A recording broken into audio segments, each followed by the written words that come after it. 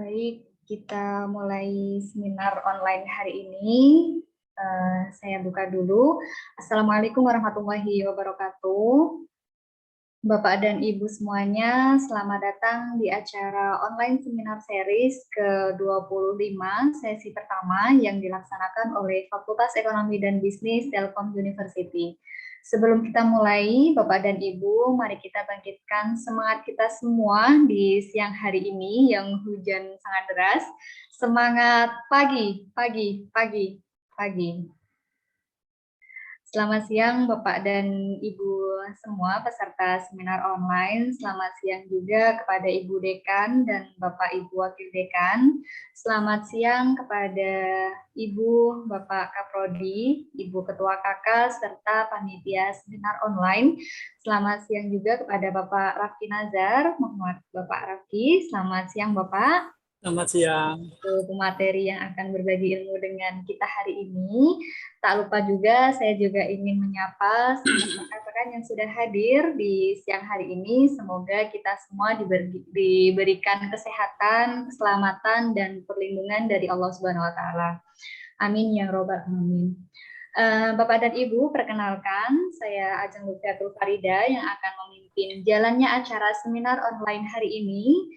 Yang akan dilaksanakan hingga pukul 15.30. Namun sebelum dimulai acara, izinkan saya membacakan susunan acara siang hari ini. Yang pertama pembukaan, kedua menyanyikan lagu kebangsaan Indonesia Raya, kemudian dilanjutkan dengan Mars Telkom University, foto bersama, kemudian menyampaikan CV pemateri, pemaparan materi, dan ditutup dengan tanya jawab. Oke, sebelum kita mulai acara hari ini, marilah kita berdoa terlebih dahulu untuk kelancaran hari ini dan untuk kesehatan serta keselamatan kita semua. Berdoa menurut kepercayaan masing-masing, dipersilahkan.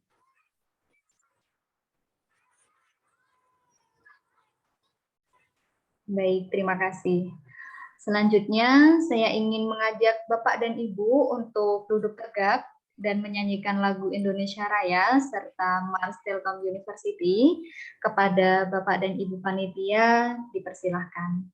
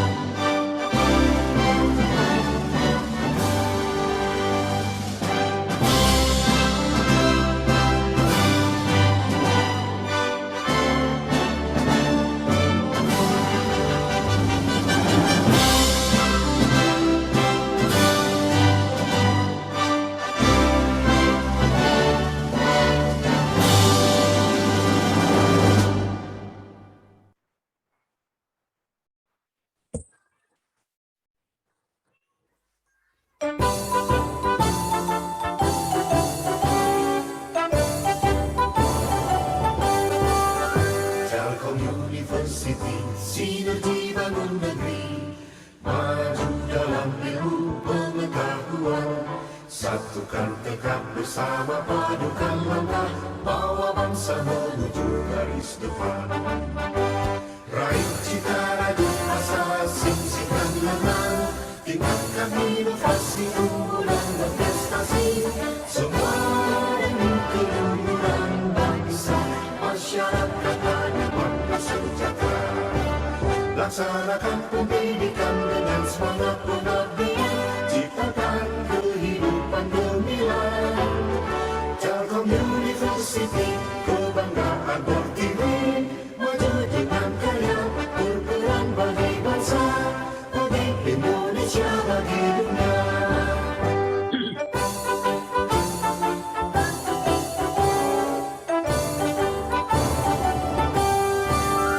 Telkom University, sinergi bangun negeri, maju dalam ilmu pengetahuan.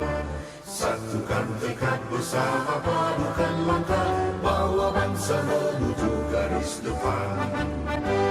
Raih cita rajuk asa, singsingkan lengan, tingkatkan inovasi, tumbuh dan berprestasi.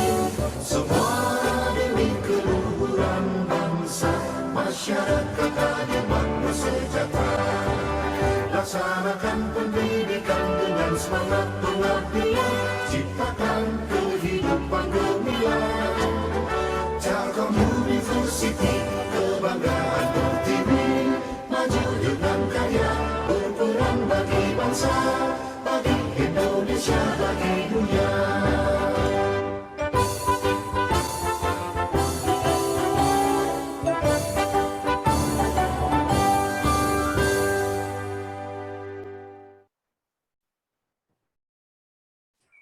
Baik, sebelum kita masuk ke acara inti, sepertinya kurang lengkap kalau kita tidak mengabadikan momen bersama di siang hari ini. Kepada Bapak dan Ibu peserta seminar beserta rekan-rekan mahasiswa dimohon mengaktifkan kameranya, dan kepada panitia mohon bantuan untuk mengabadikan momen siang hari ini. Baik, terima kasih Bu Ajeng. Mohon izin Bapak Ibu untuk mengabadikan acara hari ini. Untuk slide yang pertama, 1, 2, 3. Baik, untuk slide yang kedua, 1, 2, 3. Terima kasih. Baik, terima kasih Bu Putri. Oke, kita masuk ke acara inti. Bapak Ibu yang saya hormati beserta rekan-rekan, sebagaimana telah diumumkan, seminar pada siang hari ini mengambil tema The Greatest Successful Investor of All Time. Tema tersebut akan disampaikan oleh Bapak Muhammad Raffi yang nanti akan berbagi ilmu dengan kita hari ini. Namun sebelum acara inti, izinkan saya untuk membacakan CV singkat beliau. Nah, untuk nama lengkap Bapak Muhammad Raffi Nazar, SEMSc, kemudian riwayat pendidikan 5 tahun terakhir, prodi akuntansi di Fakultas Ekonomi dan Bisnis Universitas Telkom. Untuk S1-nya di Universitas Gadjah Mada, untuk S2-nya di Universitas Gadjah Mada. Kemudian ada riwayat publikasi, ini yang paling terupdate ya Pak ya. Yang pertama ada earning quality, yang kedua ada effect of solvency, operating cash flow, board of director size, dan audit quality on financial distress. Ini di ISCLO 2019, kemudian pengabdian masyarakat. Ada 3 yang terupdate juga tentang perlindungan COVID-19 melalui produk asuransi jiwa. Yang kedua ada penggunaan internet bijak dalam pembelajaran. Oke, dan masih banyak juga ya Pak. Ini ada salah satu pelatihan dan sertifikasi di The Telkom Way in Digital Era pada tanggal 27 Mei 2020.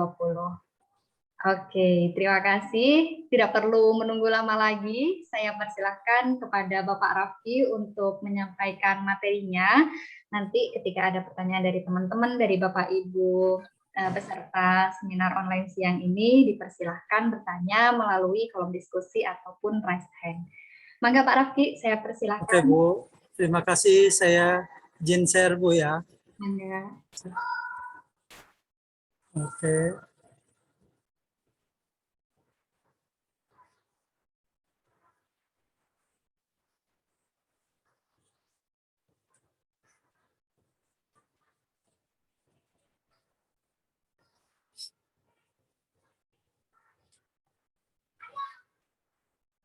Di sini, selamat siang sebelumnya.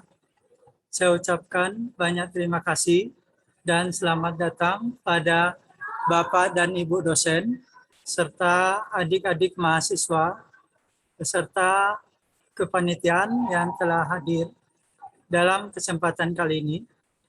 Dan saya berterima kasih atas panitia yang telah memberikan saya kesempatan untuk berbagi cerita mengenai seorang Warren Buffett yang telah berkecimpung di dalam dunia investasi dari usia muda sampai saat ini. Untuk itu, saya akan membahas topiknya yang berjudul The Greatest Investor of All Time. Kenapa all of time? Karena dia telah melakukan banyak pencapaian dari usia muda sampai saat ini. Sebelumnya saya akan membahas mengenai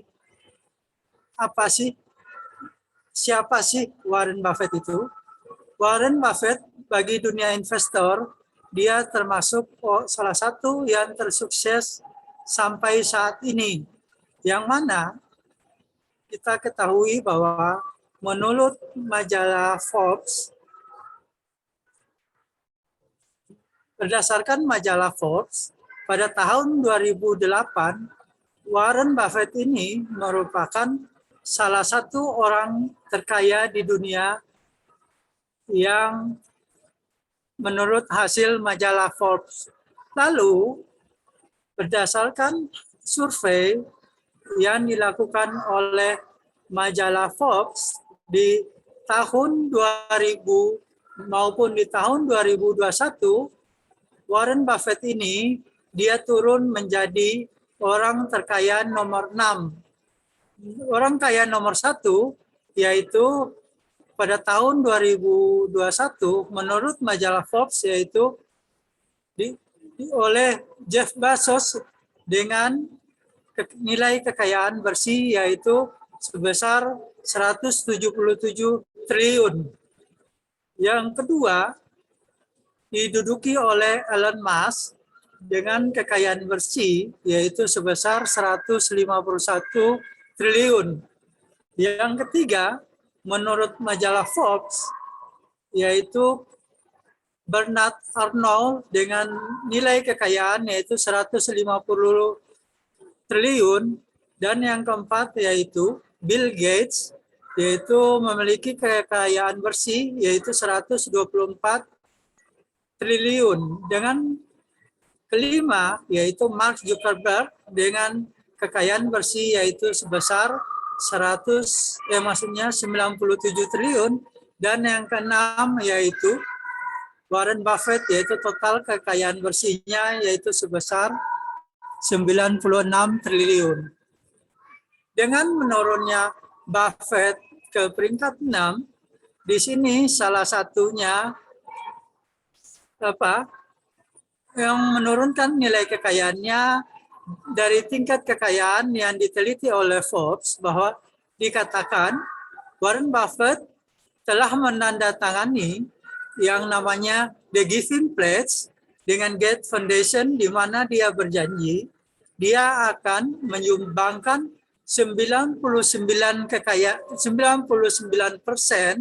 kekayaannya untuk keperluan amal, yang mana dari 99% ini dia akan ngasih secara bertahap sampai Warren Buffett ini meninggal dunia.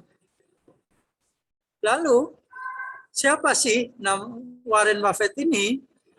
Warren Buffett ini adalah dia seorang CEO maupun chairman dan sekaligus pemegang saham terbesar yaitu di Berkshire Hathaway. Yang mana mungkin kita tidak familiar dengan nama perusahaan Berkshire Hathaway ini, tetapi kita akan lebih familiar dengan perusahaan seperti yaitu perusahaan Apple, perusahaan Coca-Cola, perusahaan Chevron, perusahaan American Express, perusahaan General Motor. Perusahaan-perusahaan ini adalah kepemilikan, salah satu kepemilikan dari Warren Buffett, yang mana Warren Buffett ini memiliki saham lebih dari 1 sampai belasan persen terhadap perusahaan-perusahaan yang terkenal ini.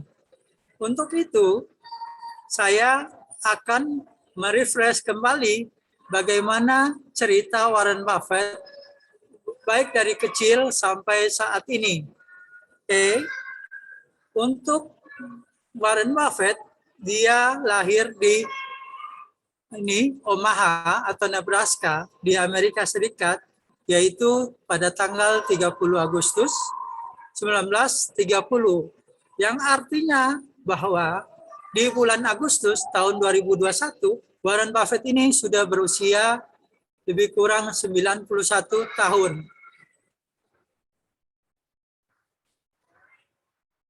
Lalu, di tahun 1936, atau usianya di 6 tahun, Warren Buffett sudah memiliki penghasilan pertamanya, yaitu dia didapatkan yaitu dengan cara membeli permen karet dari toko sembako milik kakeknya. Dan kemudian dia menjual kembali secara keliling dari pintu ke pintu lain di lingkungan yang ada di sekitar rumahnya. Kemudian, di umur 10 tahun atau tahun 1940, dia mulai berjualan, yaitu mulai kacang, ada popcorn, pada saat adanya pertandingan di kampus Omaha University, yang mana Omaha University ini berdekatan sama tempat tinggal oleh Warren Buffett. Lalu, selanjutnya setelah berusia 10 tahun atau di dalam umur 10 tahun, dia asik mendapatkan duit, yaitu dengan tadi melakukan penjualan dari permen, kacang, popcorn, atau apapun lah. Sehingga ini membuat dia memiliki semangat, artinya dia ingin memiliki banyak uang karena menurut Warren Buffett, hal itu bisa membuat dia menjadi orang yang mandiri atau bisa menjadi hal yang terbesar yang ingin dia lakukan untuk diri dia sendiri. Karena kenapa? Karena dia tidak ingin orang lain untuk mengarahkan maupun mengatur Warren Buffett. Lalu, di usia 10 tahun, dia memiliki pemikiran yang mana dia nyatakan bahwa dia ingin melakukan apa saja, yang penting dia bisa melakukan setiap hari, yang mana dia akan menyampaikan di usia, maksudnya dia menyampaikan pada temannya bahwa dia berharap di usia 10 tahun, artinya 35 tahun ke depan atau usia 35 tahun, dia ingin menjadi orang milioner. Sehingga dari umur 11 tahun, artinya dia sudah bisa menyimpan uang sebesar 120 US, sehingga ini dengan anak usia 11 tahun atau 12 tahun, itu merupakan kebanggaan dari keluarga besarnya, yang mana keluarga besarnya ini kaget anak sekecil itu sudah bisa mengumpulkan uang yaitu sebesar $120, sehingga keluarganya kagum terhadap namanya Warren Buffett. Nah, di sini di tahun yang sama, yaitu di tahun 1941 atau di usia 11 tahun, Warren sudah masuk pada dunia investasi yang mana berhubungan sama saham. Pada umur 11 tahun ini, Warren Buffett dia mengajak adiknya, yaitu saudari perempuannya, untuk membeli 3 lembar saham, yaitu saham City Service dengan nilai yaitu 114,75 sen yang mana dia mengakui ini merupakan hal yang pertama dan dia tidak paham sama sekali yang namanya saham. Tetapi setelah membeli saham, apa yang terjadi?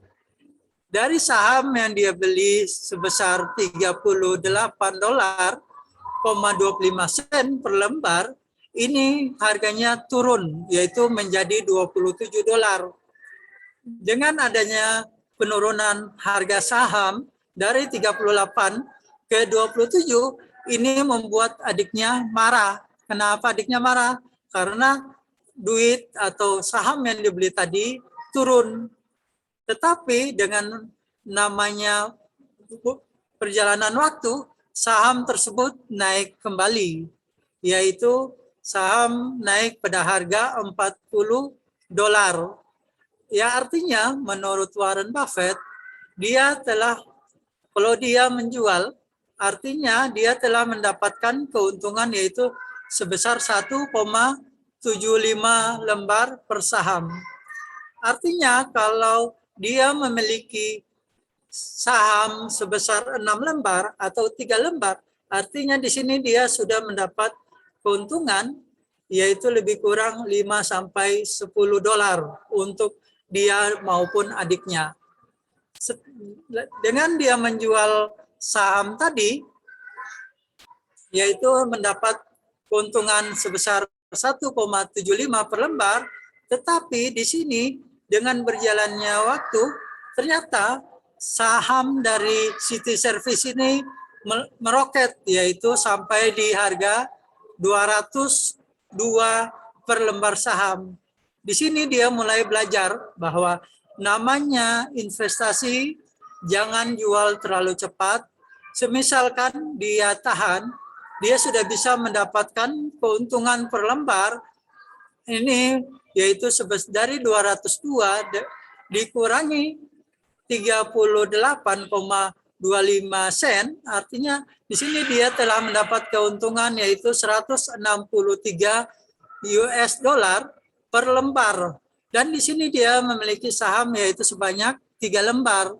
Kalau ditambahkan punya adiknya, totalnya adalah 6 lembar.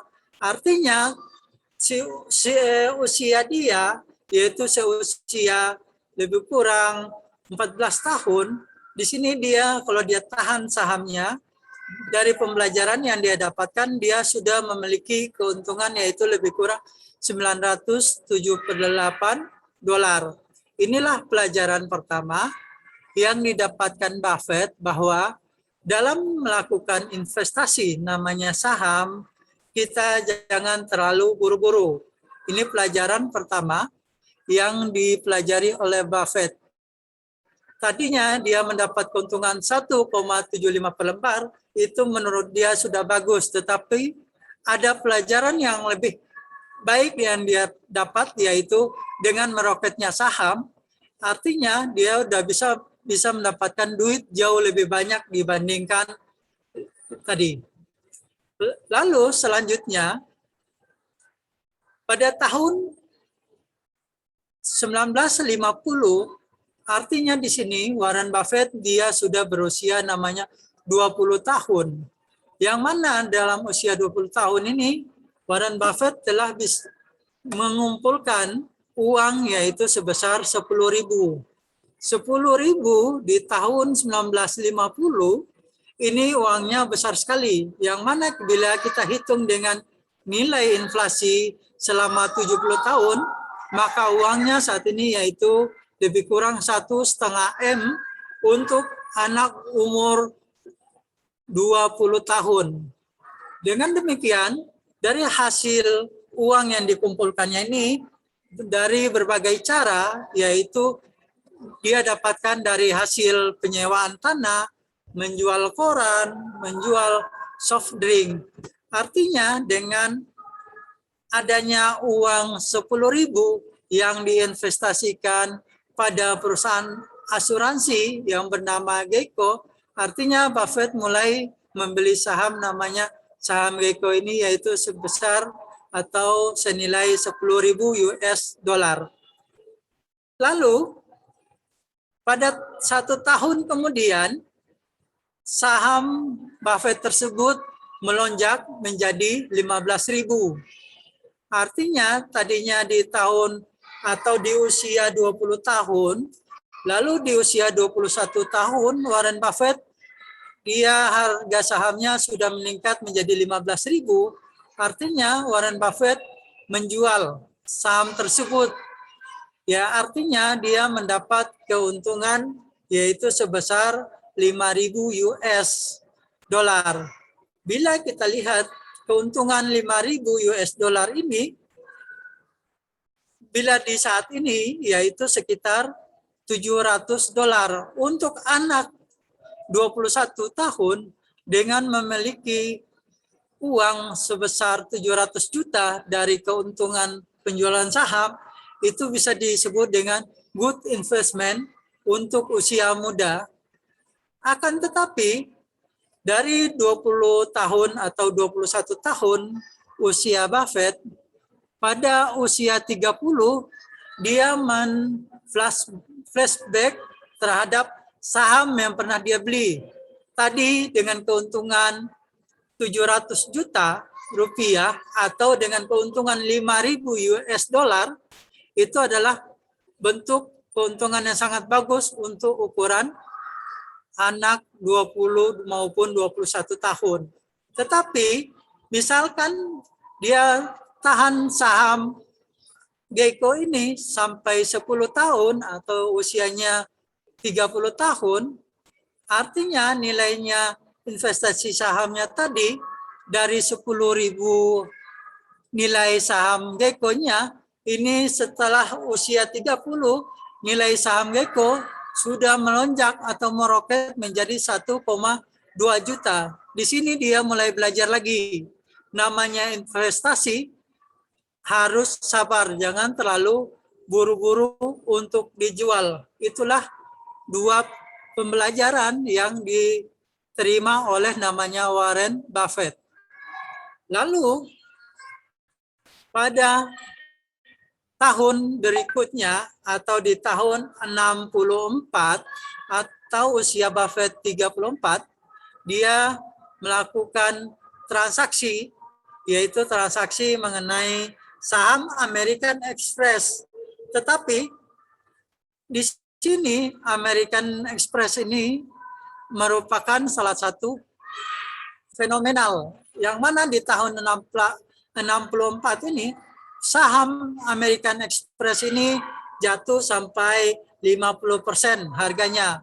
Sehingga Buffett tertarik untuk membeli sahamnya yaitu sebesar 20 juta US dollar.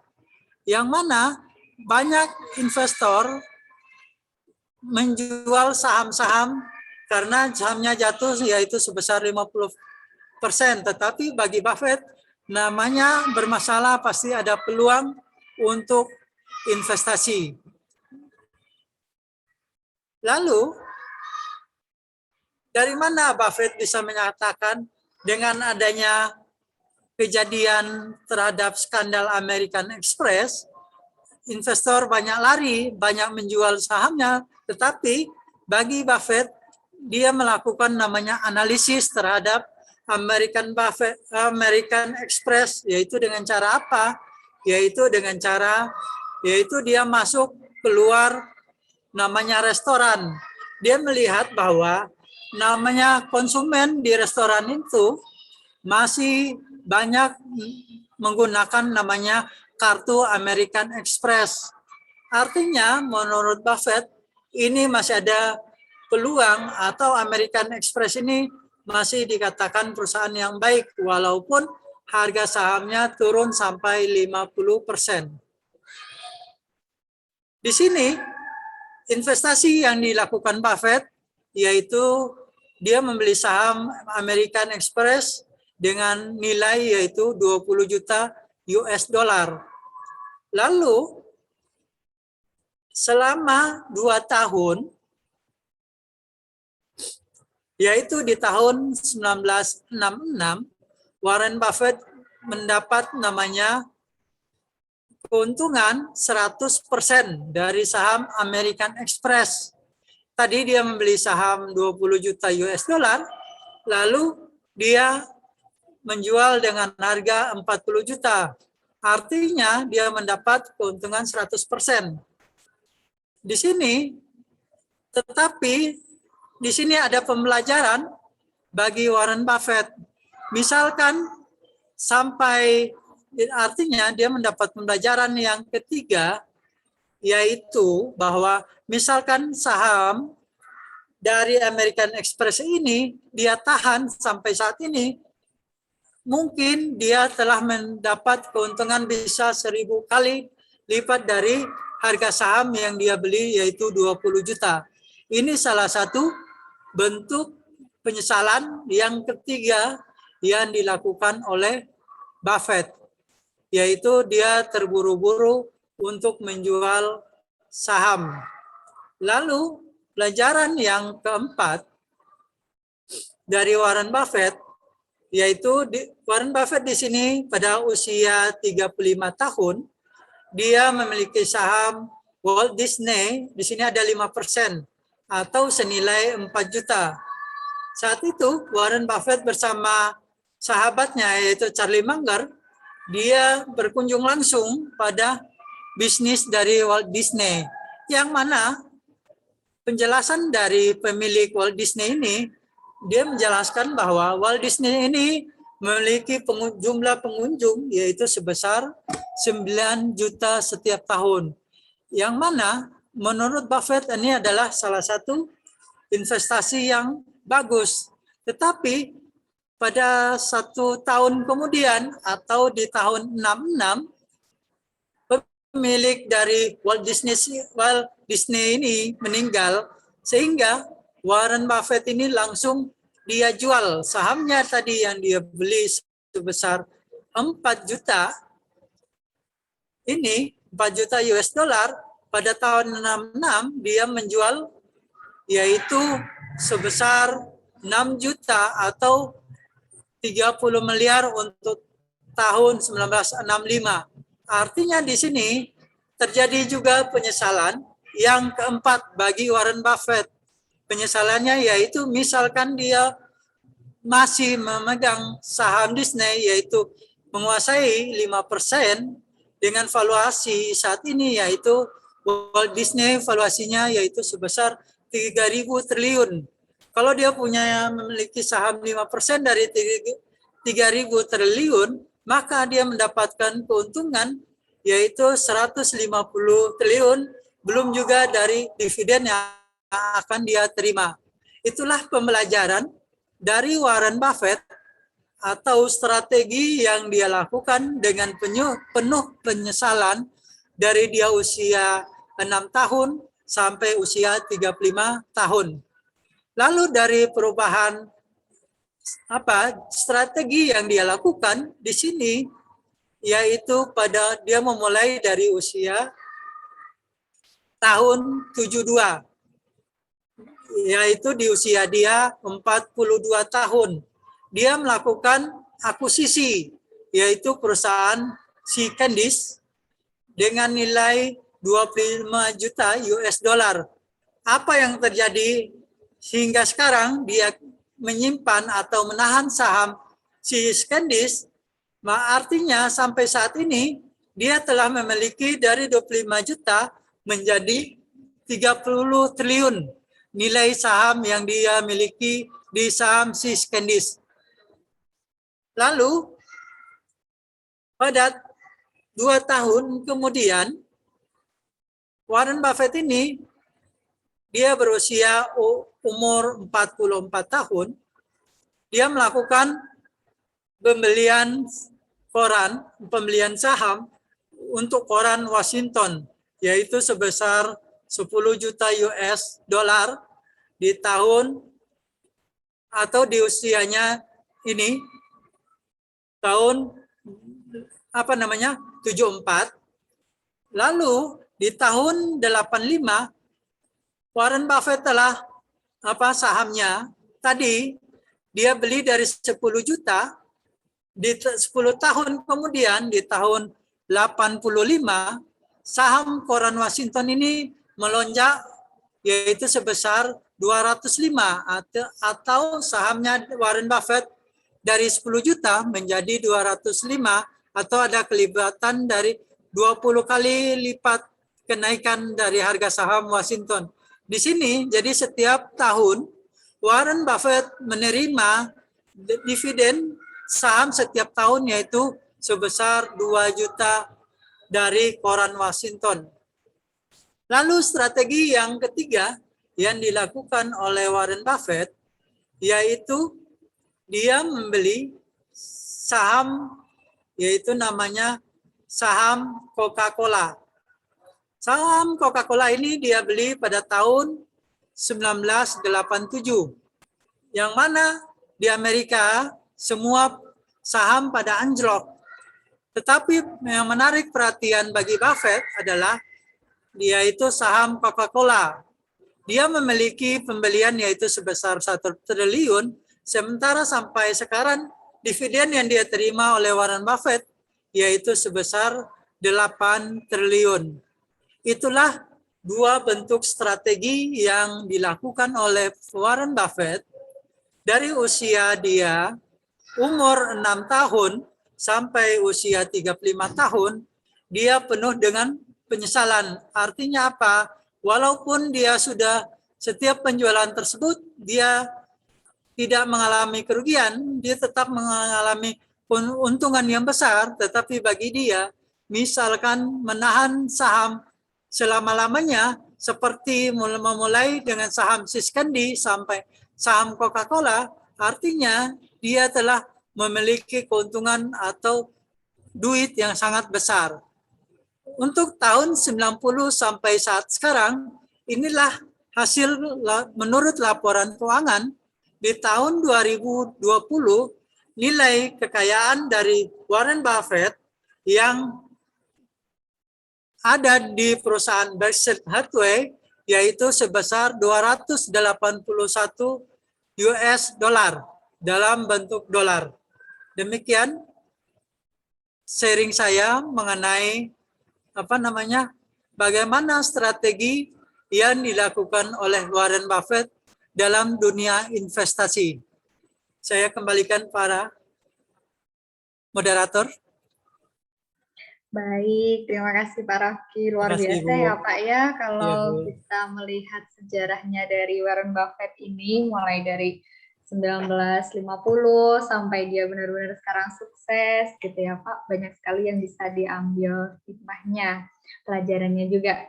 Ya. Oke, saya persilahkan kepada Bapak Ibu peserta seminar online beserta teman-teman mahasiswa. Mungkin ada yang ingin ditanyakan, boleh melalui kolom chat room atau raise hand, langsung bercakap-cakap nih dengan Pak Rafki. Mangga, saya persilahkan. Dari panitia, mungkin sudah ada pertanyaan dari teman-teman?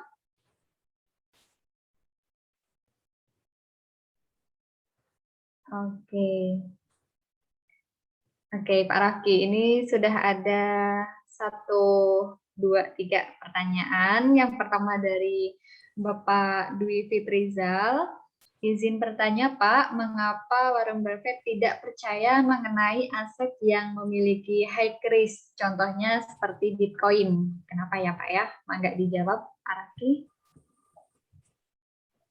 Oke Bu, gimana Bu? Langsung jawab atau? Ya, mangga langsung dijawab aja. Untuk proses transaksi, apa yang dikatakan oleh Pak Dwi tadi, kenapa sampai Warren Buffett yang sebagai tokoh investasi tidak tertarik terhadap namanya pada investasi Bitcoin? Kalau kita lihat bahwa bisnis saham maupun bisnis Bitcoin, artinya di situ penuh dengan namanya risiko. Artinya apa? Bahwa ada keuntungan besar, pasti ada risiko yang besar juga. Tetapi di sini mungkin bagi Warren Buffett, dia berpikir bahwa dia memiliki perusahaan holding yang Berkshire Hathaway ini melakukan namanya analisis bahwa apa namanya Bitcoin atau yang tidak bergerak tidak berkaitan secara langsung untuk bergerak secara langsung. Misalkan kalau di saham artinya perusahaan yang listed itu memiliki perusahaan yang berbentuk fisik. Misalkan contohnya Apple. Apple itu memproduksi artinya barang-barang atau ada bentuk produk, sehingga di saham pun akan secara logik menurut analisis yang dilakukan oleh para yang anak buah Warren Buffett atau Warren Buffett sendiri, bahwa Bitcoin ini tidak memiliki seperti perusahaan yang bergerak secara langsung yang ada gitu. Itu pendapat yang saya bisa nyatakan, tetapi sebenarnya atau saya juga kembalikan pada Bapak maupun Ibu yang lain, siapa tahu bisa memberikan masukan gitu. Oke, berarti kalau bisa disimpulkan kita jangan mengambil atau jangan investasi di perusahaan yang risikonya tinggi ya Pak ya? Nah, saham maupun Bitcoin itu sama-sama memiliki risiko, Bu. Memiliki risiko juga yang tinggi. Tetapi istilahnya bagi Warren Buffett, misal dia berpendapat saham itu kan memiliki risiko juga yang tinggi, tetapi dari sisi logiknya bahwa perusahaan yang dibeli itu, perusahaan yang dimiliki, dia memiliki produk yang nyata gitu, Bu. Artinya misalkan ada pabriknya, ada proses penjualan, tetapi untuk di saham dia tidak nampak gitu, Bu. Ya, benar. Jadi artinya bagi Warren Buffett, dia menahan sahamnya walaupun saham tersebut tidak tidak terlalu memiliki keuntungan yang besar, tetapi apabila proses bisnis yang dilakukan secara real bisa memberikan keseimbangan atau balances dari saham tersebut, Bu. Contoh realnya seperti apa? Warren Buffett menyatakan, misalkan ini, jangan membeli namanya perusahaan yang berhubungan sama penerbangan, atau pesawat terbang. Kenapa jangan membeli pesawat terbang? Pesawat terbang adalah bentuk investasi yang sangat mahal, tetapi memiliki risiko yang sangat besar juga. Apa risikonya? Misalkan dari pesawat tersebut bisa rugi, bisa jatuh, atau apapun dari sisi manajemen yang ada di perusahaan langsung gitu, Bu. Contohnya misalkan Garuda, Bu. Perusahaan Garuda adalah memiliki perusahaan fisik walaupun sahamnya tidak fisik gitu, Bu. Itu salah satu contoh sehingga logika dari Warren Buffett seperti itu, Bu. Atau juga ada masukan dari Bapak dan Ibu terhadap pertanyaan yang dilakukan oleh Pak Dwi. Ya, gimana dari Pak Dwi Fitrizal? Apakah sudah cukup menjawab? Oke, sepertinya sudah, Pak. Oke, ini ada pertanyaan selanjutnya dari Bu Dian Ramadhani. Izin bertanya, Pak, mengapa Warren Buffett menerapkan prinsip investasi bukanlah spekulatif dan malah memilih pada saham-saham yang sedang jatuh? Itu untuk yang pertanyaan pertama, Pak. Kemudian yang pertanyaan kedua, prinsip apa yang dapat diambil dari pengalaman Warren Buffett yang dapat diterapkan oleh milenial investor? Mangga, Pak Raffi. Oke, Bu. Terima kasih, Bu. Oke, yang pertama, Warren Buffett ini dia belajar dari Ben Graham atau Benjamin Graham, yaitu Benjamin Graham menyebutkan ada dua hal.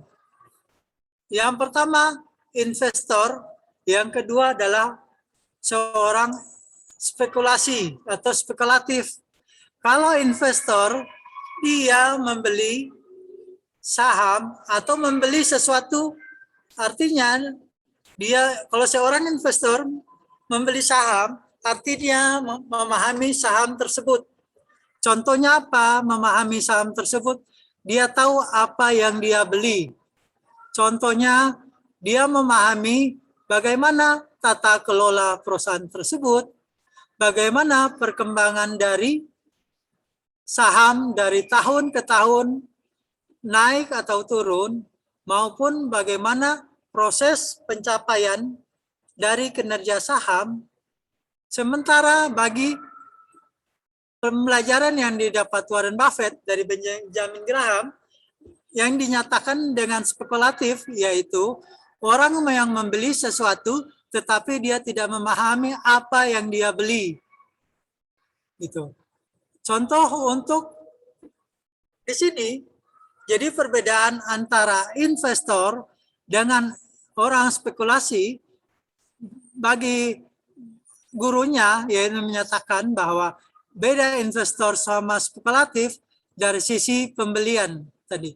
Kalau investor dia memahami apa yang dia beli, kalau yang spekulasi dia membeli apa yang dia tidak pahami. Sementara strategi yang dilakukan oleh Warren Buffett, ya setiap ada masalah dia pasti melihat adanya peluang. Kenapa seperti itu? Karena menurut hasilnya atau menurut analisis yang dilakukan Buffett berdasarkan valuasi saham atau berdasarkan kinerja saham, bahwa saham-saham yang jatuh tersebut, contohnya saat ini, misalkan di masa pandemi, saham-saham yang ada di Bursa Efek atau Bursa Indonesia ini harganya pendapat saya sangat jatuh. Sama yang seperti kejadian di Amerika di tahun 80-an, yang mana saham jatuh, Warren Buffett buru-buru membeli saham karena dia melihat masih ada peluang yang cukup bagus. Nilai saham itu seharusnya segini, tapi harga sahamnya jatuh segini, sehingga dia memilih untuk membeli saham-saham yang jatuh. Lalu di sini prinsip apa yang akan didapatkan oleh milenial dalam hal melakukan namanya investasi atau investor di dalam membeli saham. Contohnya kita bisa lihat, misalkan bagi milenial, bagi yang saat ini mahasiswa, kan range-nya adalah sekitar umur 18 sampai 21. Ya misalkan kalian memiliki saham itu rata-rata setiap tahun dia memiliki kenaikan lebih kurang 20%. Kalau kalian menyimpan saham itu selama 1 tahun sampai 3 tahun atau 5 tahun atau 10 tahun, itu diprediksi saham tersebut bisa melonjak, bisa memiliki kenaikan sampai 100%. Sehingga apa yang perlu didapatkan oleh milenial atau anak milenial, misalkan daripada kalian menabung di bank, lebih baik kalian membeli saham dan kalian simpan. Misalkan kalian 1 bulan dikirim oleh orang tua 1,5 juta, sementara kebutuhan 1 juta, artinya kalian memiliki space atau simpanan 500. Pembelajaran yang kalian dapatkan, saham yang kalian beli 500.000 tadi, kalian tahan dalam waktu yang cukup lama, nilainya paling enggak dalam 1 tahun itu kalian bisa dapat kenaikan menjadi dari 500 bisa sampai 600.000. Sementara kalau duit yang kalian simpan di tabungan itu nilainya bisa berkurang karena nilai dari inflasi terhadap barang-barang. Jadi kira-kira pendapat saya seperti itu, Bu. Oke. Gimana dari Bu Dian? Sudah cukup menjawab, Bu? Oke, sepertinya sudah cukup menjawab, Pak. Nah, ini ada pertanyaan selanjutnya, Pak, dari Pak Dewa Mahardika. menurut Pak Rafki, kira-kira siapa investor lokal yang punya keahlian seperti Warren Buffett? Siapa Pak? Iya, terima kasih Pak Dewa. Pak Rafki ini ya kayaknya. Iya, iya. Nah, kalau untuk investor lokal, kita di Indonesia ini dikenal dengan namanya Lo Keng Ho. Lo Keng Ho itu dia apa namanya? Dia nyatakan bahwa dia dulu sebagai seorang fotokopi di bank swasta. Artinya di tahun 90-an dia memiliki gaji yaitu 1 juta di tahun 90.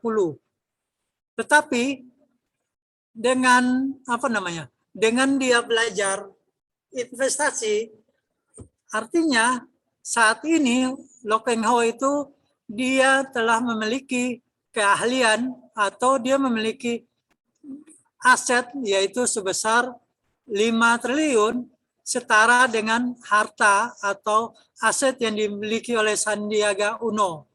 Yang mana Le Keng Ho ini dia belajar dari Warren Buffett bahwa saham itu yang dia pelajari dari Warren Buffett adalah menahan.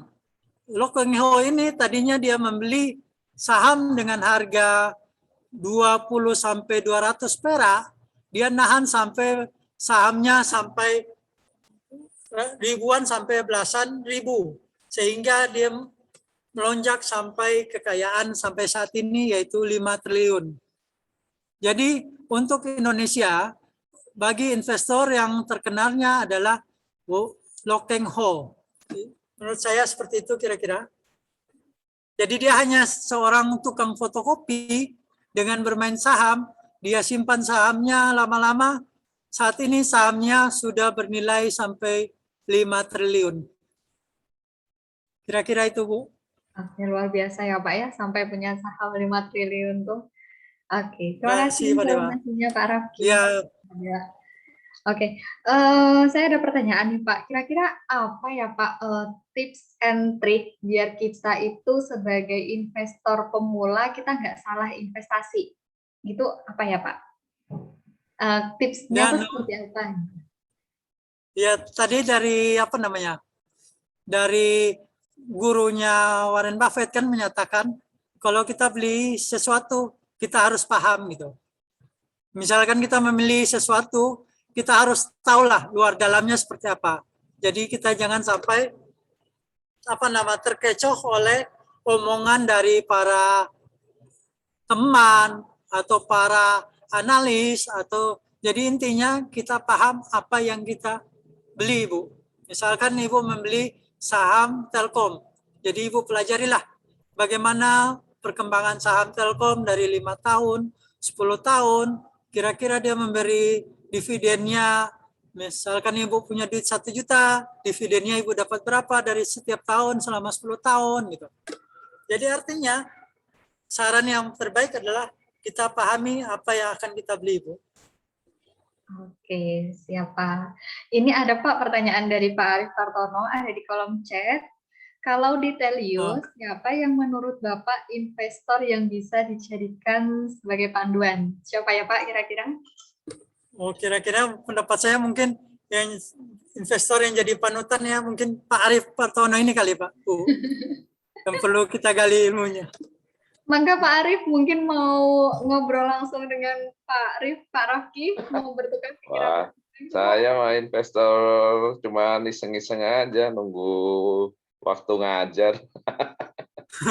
Ada Pak Asari, ada siapa lagi tuh nggak tahu, Bu Erni mungkin gitu. Nggak tahu kalau pejabat-pejabat itu apa, kan kita sebenarnya sudah digalakan untuk literasi keuangan ya, salah satunya untuk mulai memilih alternatif lain kecuali deposito, tabungan, dan SBN gitu. Nggak tahu apakah pejabat-pejabat di Telyu atau FEB khususnya juga sudah mulai mengikuti arahan atau tren tersebut, saya nggak tahu sih. Enggak, Bu. Mangga. Iya, makasih Pak. Ya. Benar Pak. Siap, terima kasih Pak Arif atas informasinya. Oke, saya persilahkan kembali kepada Bapak Ibu yang ingin berdiskusi langsung dengan Pak Rafki atau rekan-rekan mahasiswa yang ingin bertanya, gimana sih Pak caranya dapat untung banyak dari bermain investasi di saham? Bisa ditanyakan juga langsung. Oke, Pak bisa dipastikan nggak sih kalau kita itu menjadi investor di saham pasti dapat untung yang banyak banget? Bisa dipastikan nggak ya Pak seperti itu? Karena kebanyakan kalau ditanya itu apa sih motivasi untuk investasi pasti jawaban yang keluar pingin dapat untung banyak pasti gitu Pak. Padahal belum tentu juga. Nah itu seperti apa Pak? Nah, kalau trading sama investasi kan beda, Bu. Kalau trading artinya di sini ada untung selisih 1-2%, 3% udah dijual gitu, Bu. Kalau namanya investor artinya dia memiliki target kan. Misalkan dia membeli saham di harga 1.000, dia ingin di harga di waktu tertentu, di usia dia tertentu sudah memiliki duit sekian, Bu. Jadi istilahnya kalau dia trading, artinya trading itu ada risiko, Bu. Istilah dalam kalau di main trading harian, istilah kita main scalp atau itu paling 1%, 2% udah dilaksanain, Bu. Kalau namanya trading investor, saham nyangkut itu tidak pernah dipikirin, Bu. Kalau orang trading, saham nyangkut artinya apa, Bu?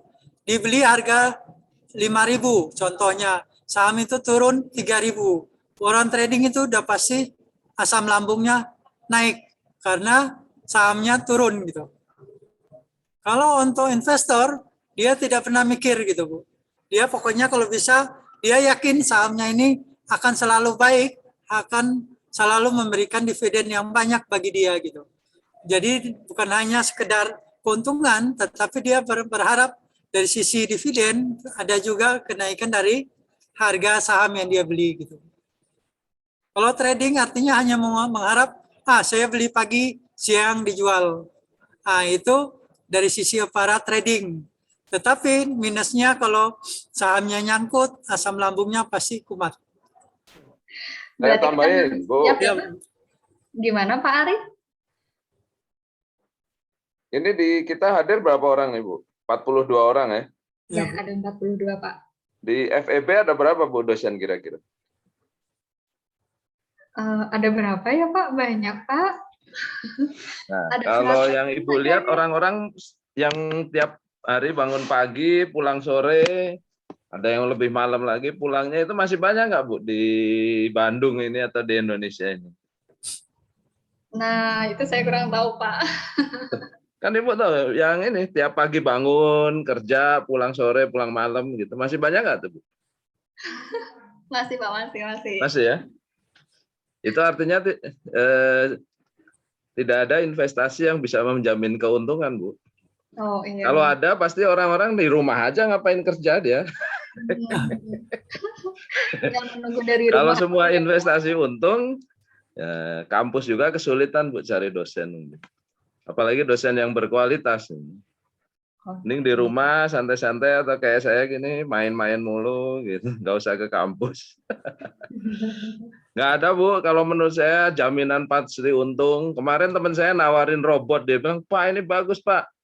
Saya bilang udah gini aja, saya ambil 3, saya bayarin semua. Kalau dalam waktu 6 bulan itu udah balik untung, sisa keuntungan bulan berikutnya saya kasih ke kamu 50%. Tapi kalau enggak dalam waktu 6 bulan balik, kamu mau nanggung apa? Gitu. Enggak berani dia. Gitu. Jadi kalau ada investasi atau apapun yang menawarkan pasti untung, kayaknya sih enggak ada. Bener gitu enggak Pak Rafki? Ya bisa juga Pak. Namanya high risk high return kan Pak? Nah gitu. Nabung aja sekarang malah rugi, bukannya untung. Iya. Buat bayar uang administrasi. Benar Pak, setuju Pak. Oke Bu, mungkin itu aja jokes dari saya. Gitu. Oke, siap Pak Arif. Atur nuhun, mangga Bapak Ibu. teman-teman mahasiswa yang kepingin bertanya langsung, diskusi langsung dengan Pak Raffi, masih dipersilahkan. Siapa tahu ada yang mahasiswa yang sudah tahu kalau bisa 100% untung, saya sih akan nanam modalnya gitu. Ikut ya Pak ya pastinya ya. Ya, saya ikut 100% gitu. untung. Nanti setelah uang modal saya kembali, keuntungan berikutnya jangankan 50% lah, 60% buat mereka. Gitu. Kalau ada langsung hubungi saya, jamin 100%. Ya, ditunggu mahasiswa informasinya. Oke, gimana dari teman-teman? Ada yang ingin berdiskusi langsung, Bapak Ibu serta seminar?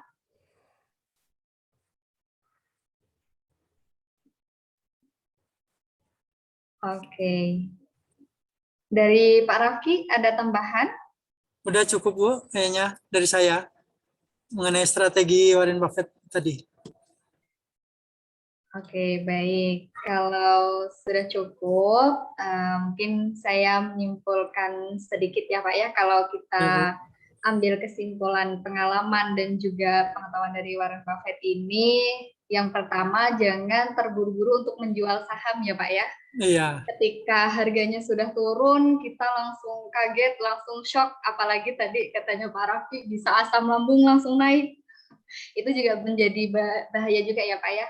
Yang kedua, kita harus mengetahui luar dalam di mana kondisi perusahaan itu ketika kita mau menginvestasikan dananya kita ke perusahaan itu. Betul seperti itu, Pak? Iya, setuju, Bu. Oke, siap. Ada kata-kata penutupan dari Pak Raffi? Udah cukup, Bu. Oke. Baik, Bapak dan Ibu sekalian, demikianlah acara seminar online kali ini yang membahas mengenai The Greatest Successful Investor of All Time. Sebelum sesi ini kita akhiri, saya mengucapkan terima kasih kepada Bapak Raffi yang sudah memberikan pengalaman dan juga diskusi mengenai gimana caranya menjadi seorang investor yang pandai ya Pak ya, yang nggak salah menginvestasikan dananya. Saya selaku moderator undur diri, semoga kita dapat bertemu kembali dalam acara seminar online di sesi berikutnya. Informasi nanti akan disampaikan via WA Group dan juga via media sosial di Fakultas Ekonomi dan Bisnis. Saya akhiri apabila ada kata-kata yang kurang berkenan, kesalahan yang saya sengaja maupun tidak sengaja, mohon maaf. Wassalamualaikum warahmatullahi wabarakatuh. Hatur nuhun Bapak Ibu semuanya. Waalaikumsalam. Terima kasih Bapak Ibu semua.